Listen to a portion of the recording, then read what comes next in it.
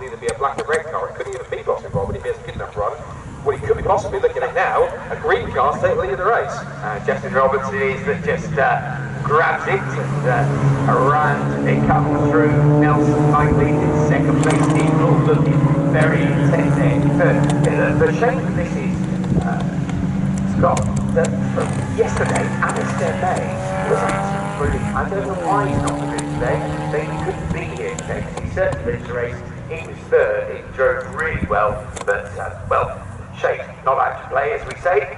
Down into Murray's they go, disappearing fractionally for us for just a moment. Behind the building, Justin Roberts has been out dragged though. Looks Steeple trying to get up the outside. It's Michael Heath. Michael Heath across the stripe. Steeple in second. Justin, this is not really what you would necessarily predict having watched the race yesterday. Justin Roberts is in third, and the other two at the moment just leaving a little gap between them. So he leads, but under pressure from Steeple. Yeah, Paul now looking down the outside, possibly get the switch back on the exit of the Wilson Hare, but he's trying getting those up the inside as they come through. Meanwhile, Lee Bauer is in the mix as well. He's actually ahead of the 56 now, Adam Brown. The car he was battling early on throughout that first lap, which was the blue and orange car. That was Tony Mumford. He leads Class E, which is for the Fiesta XR2s that don't run a limited slip differential. So down towards Agostini for the second time. Steve Paul trying to apply the pressure here. Down towards the Agostini hairpin. They go up towards the left hand under brakes.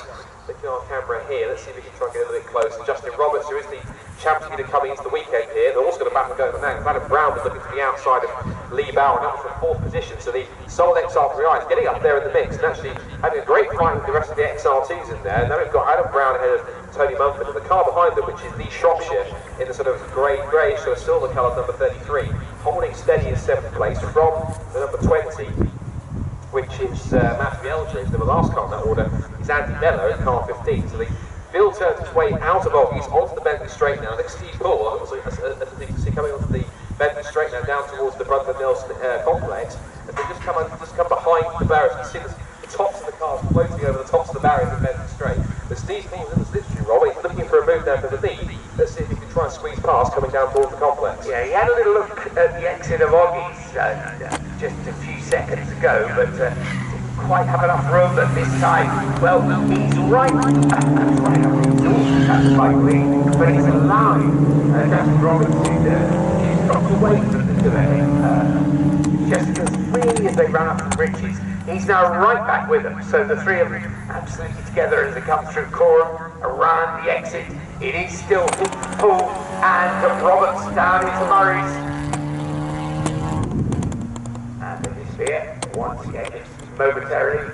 And then it's all about the exit, because those of you who never walked up the straight here at Snetterton, yes it is up. It's a gradual rise from Murray's all the way up the centre straight. And if you don't get your exit right from that hairpin down there, then you will not be able to out-drag anybody to the start-finish line. The three of them, 1, 2, 3, all absolutely together. And now we'll get some idea of their relative speed, 2:25.321. Fastest lap yesterday was 2:23, and that was Justin Roberts, so I think they'll probably be getting there. The conditions at Snet here, very similar to yesterday, but if anything, the breeze is slightly stronger, but the sun is actually trying to come out. Yesterday there wasn't a chance of that.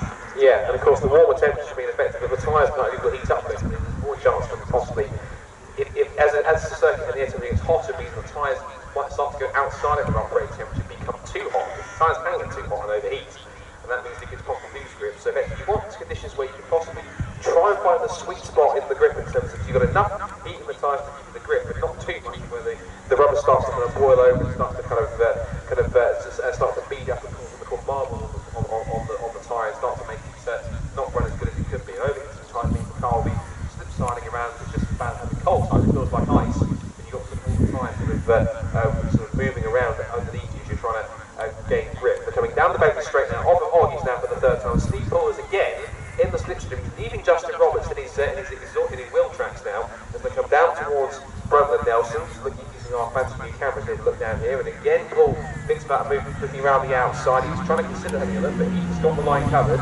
into the complex in front of Nelson. Roberts close to back of motorway, takes it all.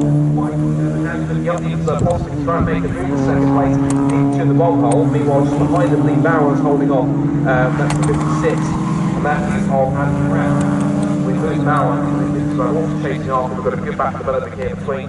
Looks, I think that's Eldridge and Shropshire. I think Eldridge, for this moment last time around, did get his nose in front, but Shropshire managed to get back past around on this lap as the leaders come out of the complex of Murray down the straight to end lap 3 and begin lap 4. All three of them most tailed down towards the straight. Well, just a little bit of that sliding about there, Scott, and it's cost Steve Poole, and Justin Roberts just got a better exit from Murray's, and he's dragged himself up into second place.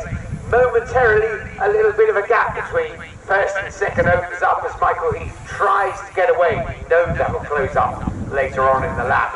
Great battle going on though for fourth place. Yeah, that was Adam Brown looking possibly to try and get past Lee Bowen and the sole XR3 Islands there, because unfortunately Lewis Bowen's car didn't make the start after it pulled up just after the exit of Wilson Hairpin. There's still nose to tail. Tony Mumford keeping a watching brief in 6th position, just whilst we keep also one eye on our leaders that are going to come past. Aaron Wilson, here they come, with Heath still leading from Roberts and then from Poole. Now back to the fourth comes, and Tony Mumford's not too far away. Lee Shropshire has pulled away now from 20 of Matthew Eldridge, so that battle that happened momentarily is now deceased, because it looks as though that Shropshire has got the advantage. Out of the Hairpin of Agostini now on lap 4.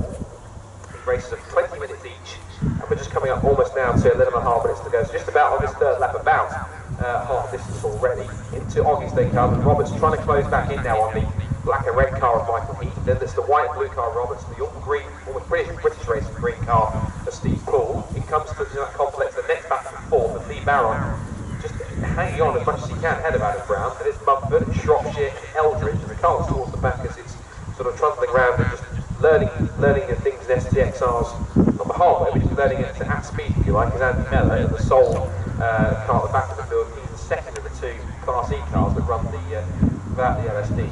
Cars into the complex now. Justin Roberts has gone. Justin Roberts has, well, he's had a car problem, and he must have been on the exit of Williams, because then we lose him behind the tree, and he didn't come into our sight just above the Arco. It's a huge shame. Justin Roberts had just set the fastest lap of the race. He was in second. He was obviously going to give it a go for the lead.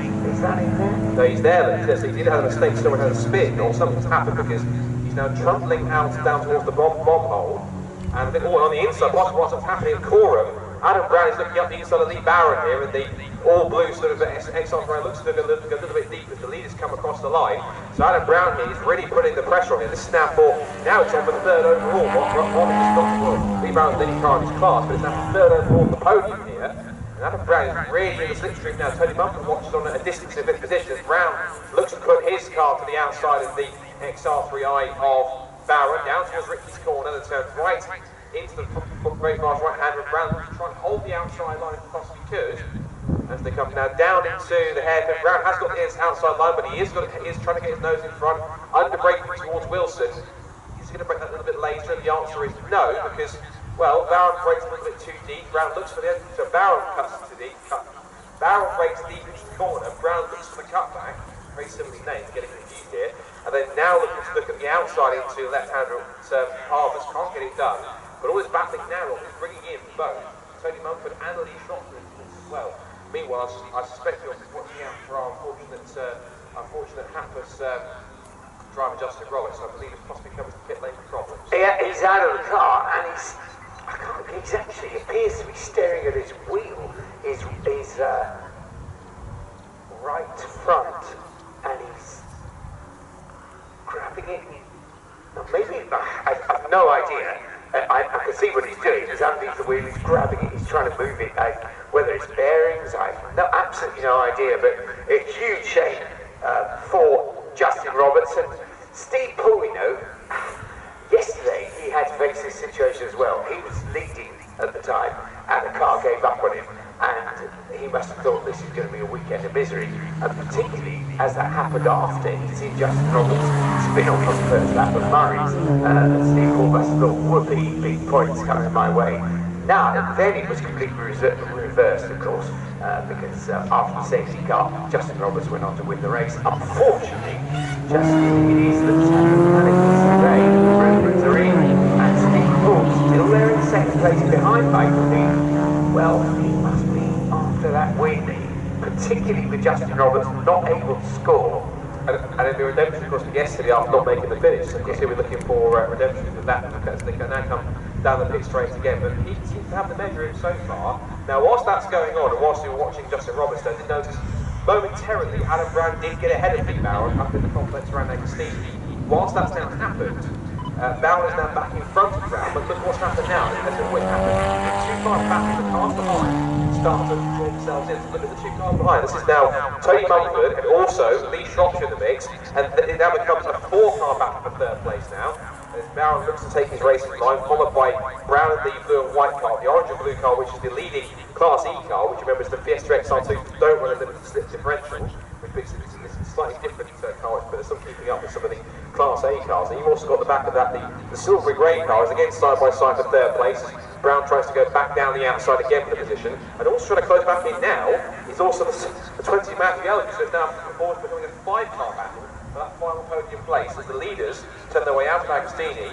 Meanwhile, Justin Roberts, whatever problem he had, is heading back out again. Now, he'll try and at least go out there and try and establish some points at least. He's a lap down, unfortunately, but he'll certainly go back out with 6 3/4 minutes to go. He'll try and at least keep the car circulating so he can make the flag, at least be classified, and just gain some crucial points. You never know. Coming into the season, he's getting out and scoring what?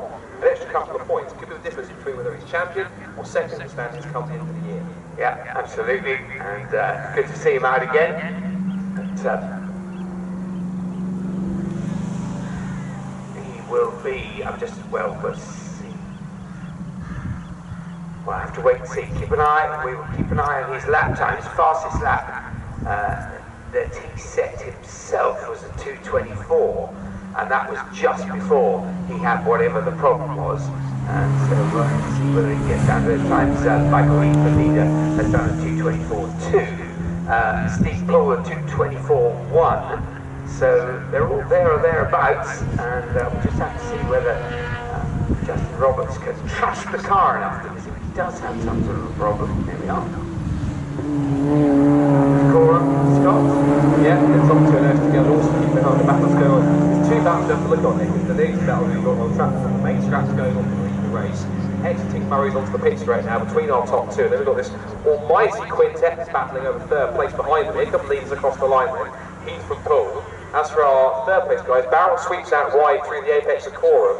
Tries to hold on to third place. Can he get it anchored up into Murray's? Just about, and he holds the line nicely. So it's Brown now. Making progress now is Lee Shropshire. Shropshire's got past the orange and blue car of Tony Mumford. That puts him now for 5th position. And closing in now, or he did pass, because here comes Tony Mumford. Powering his way past down the pit straight. He's on the outside. Shropshire will hold the inside line, which means he's got the optimal position to go into Richie's corner, possibly to control the corner and take the line, which he does. So Shropshire is now back ahead of Mumford, despite Mumford's best efforts to get back past him. It's also brought healthy three battles now. You've got the battle of first, battle of third, and a 3-car scrap for 5th. So again, regardless of the size of the field, they're putting on a damn good show here for this second race, I have to say. Yeah, lovely stuff. And was one of the things the guys were saying yesterday, Scott, is that because they do, or most of them haven't raced it before, and you can draft here, you can do a bit of slipstream. You can't really do that at Anglesey or at Open Park in quite the same way, because these cars, they're perfectly shaped for drafting, they're flying bricks, and you can really get it behind each other, and they were absolutely lovely. It's just something that they're really experienced, a lot of them. Yeah, because these cars are being kind of possibly can do them rather unaerodynamic, being boxy 80 style hatchbacks. Of course, means effectively they do cut rather large holes in the air. Because they do that, then it means that because the presence of large holes in the air, the sort of slipstream behind them is a bit, they get massive slipstream, they're much bigger than what aerodynamic car shows does, because of course the job is for the aerodynamic cars to cut a certain amount of hole in the air, to kind of cut through the air rather than punch a massive hole in. When you do that, that's the reason you get some of the hard relatively unaerodynamic, like the car as well, they've got a very sort of wide race stuff to the front end, yeah. The grill on. That's why cars like this, but are good at slipstream, because they cut up a big hole. Because of that, you get a massive slipstream effect. You get a big boat together, one big train down towards now, my third one a little bit, now about halfway around.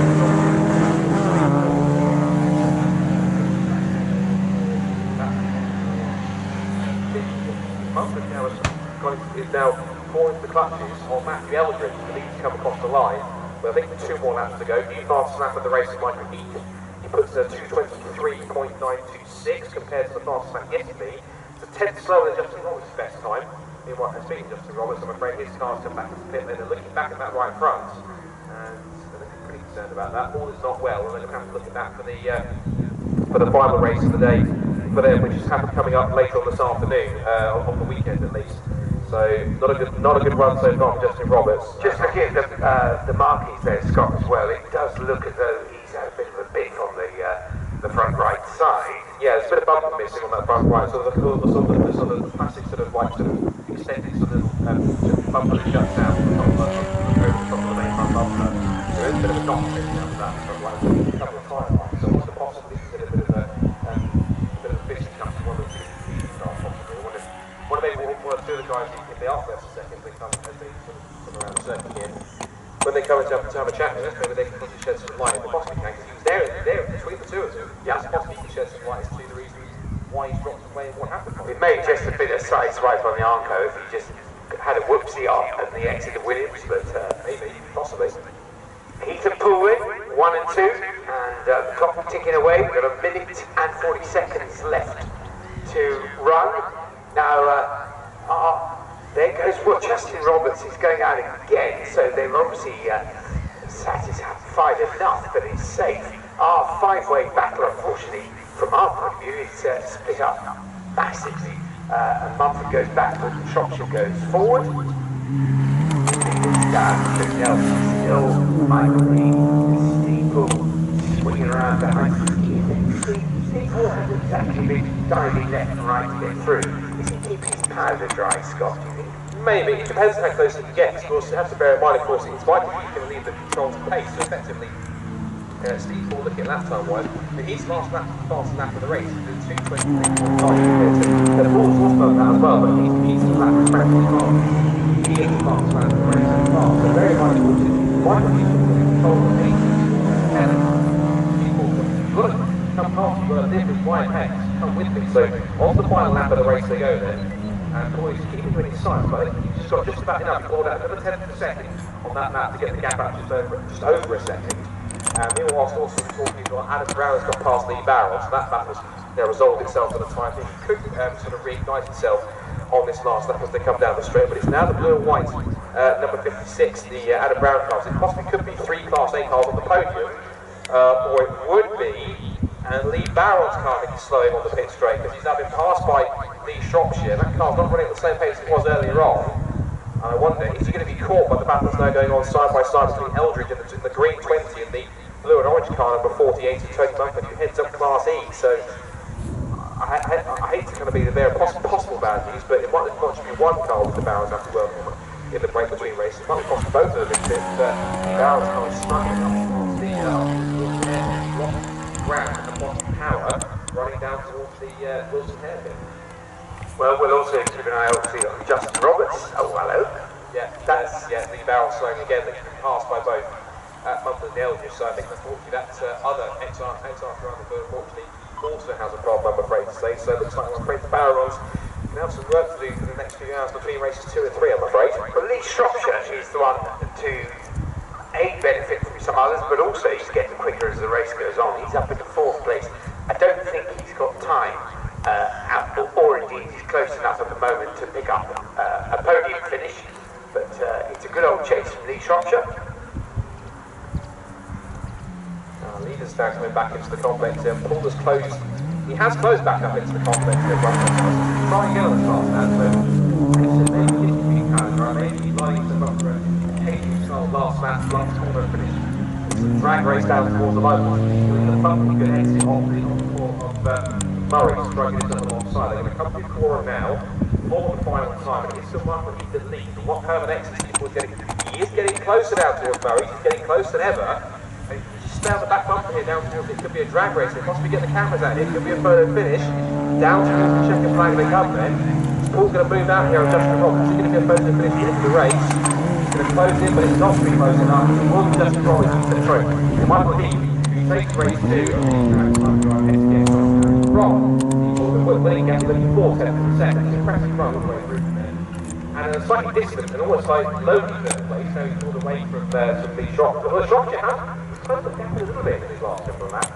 Moments, but also something of no man's land. Justin Roberts will make the flag, a couple of laps down, but he's back in 9th, so he will make it across the line and take the checker flag, so he'll bank any points that come with that. But Adam Brown picks up 3rd place in Class A and overall from the Shropshire 4, and it should now be, I think it's now, Tony Mumford who wins Class E and takes 5th overall from Matt Eldridge, and then the only car we've got left to come across the line is going to be the 15 of Adam Mellor, who's way down the order, but he should finish the race classified in 7th position. Jason Roberts, that car is in a sad state. He's pulled off just after the finish line. He's got the door open with the car. The time is there. Judging by the expressions of guys in the pit lane, Scott, they're fairly well mystified by whatever it is